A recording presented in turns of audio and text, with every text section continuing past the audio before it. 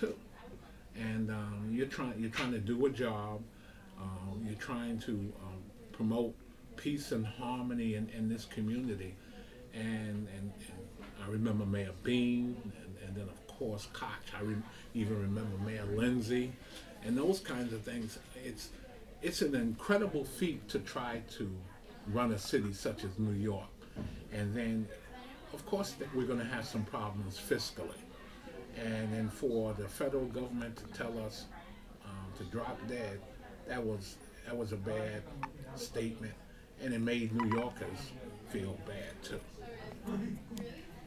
Do you think that with President Ford's stance on refusing a federal bailout, do you think that decision made him lose the state of New York in the next election? Absolutely, absolutely.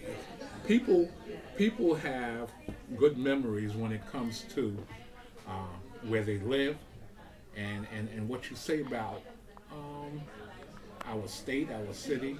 People are going to remember that, and they're going to let you know.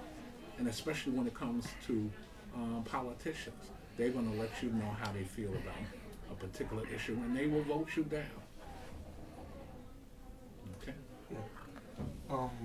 Like looking at New York City from looking at like Con Edison actually from like a financial point of view. How did like the financial stature of Con Edison change from the early '70s to mid '70s to lower '70s? Like you said, your salary was $65 a week. Did that like reflect? Like did that go up or down as like the economy went up or down, or did the starting salary of like newer members, did theirs reflect with the economy? All right. Well, once again, I say to you, and perhaps I'm subjective, but I'm also attempting to be objective. Con Ed is a good company to work for, and I can tell you in my career there, my salary has always gone up. Now, of course, you have to work for it, and I've worked nearly in every service territory in the company, every borough, including Westchester, and you move from one position to another. I've been in a lot of different positions, so my salary on a personal basis has gone up.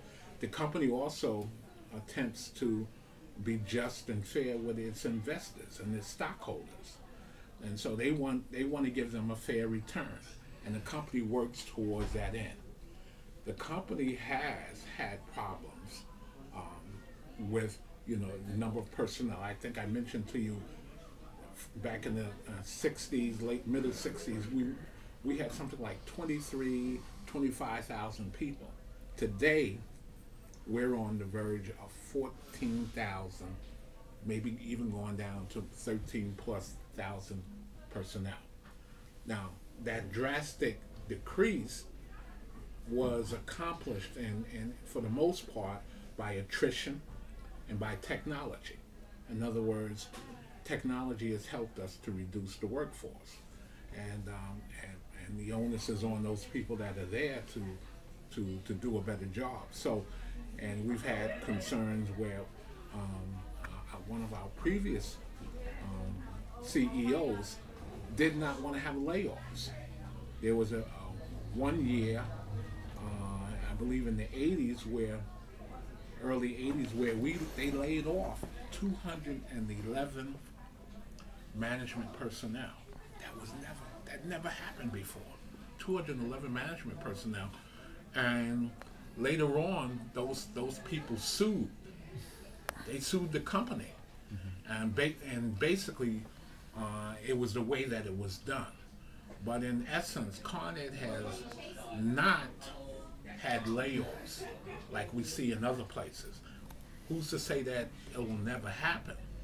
But the point is, in my tenure, we have not had layoffs per se, and that's both for union and for management. Now, there's also the possibility if you don't do your job well, now there are mechanisms to say, see ya, and it can take a period of time, but you will eventually be terminated if you don't do your job.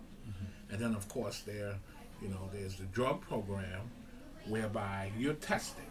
We have random drug tests, and your number can come up. They do a random search, and your number can come up, and your manager can come and say, well, Mr. Wallace, we want you to go downstairs today. And when they say that, you know what they're talking about. And you go down and you have a drug test. And if, let's say if it's positive, you have to go through a program. And if you continue, and then you're watched.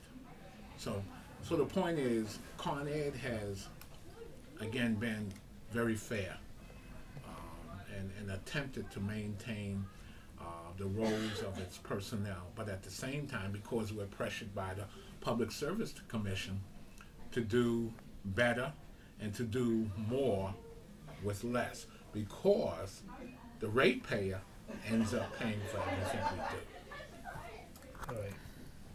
Do you think the poor economy affected the treatment of veterans? No. I don't think the economy has anything to do with the treatment of veterans. I think it's the attitude of people and perhaps sometimes the government that causes us to people don't like war. Who like in their right mind likes war? Now, I can tell you who likes war.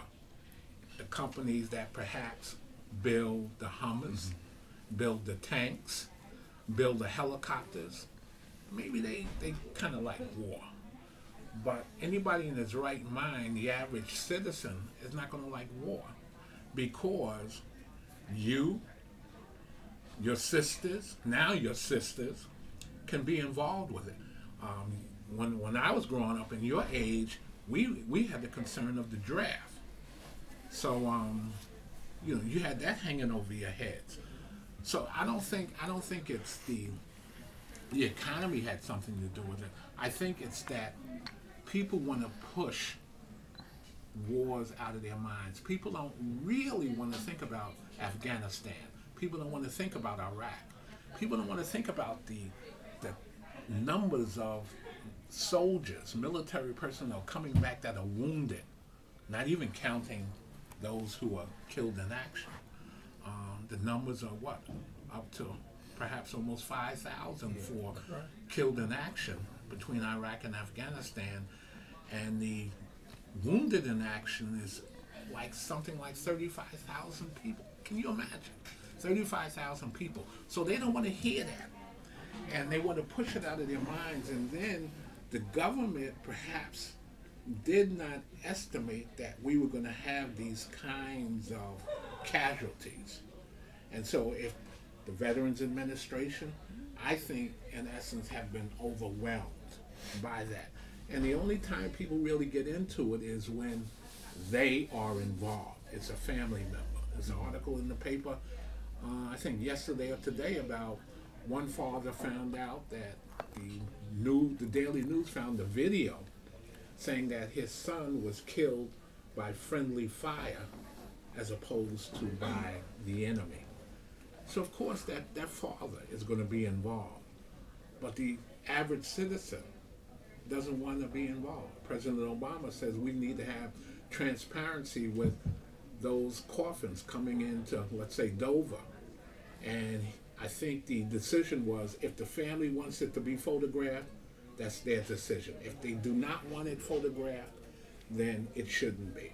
So people don't like war, and they want to put it out their minds, and it has nothing to do, I don't believe, with the socioeconomic conditions of our nation. So what about like veterans benefits that are like given by the GI Bill? Were those affected, or did they remain unaffected? Well, they've attempted to improve them, and again, based on Iraq and Afghanistan.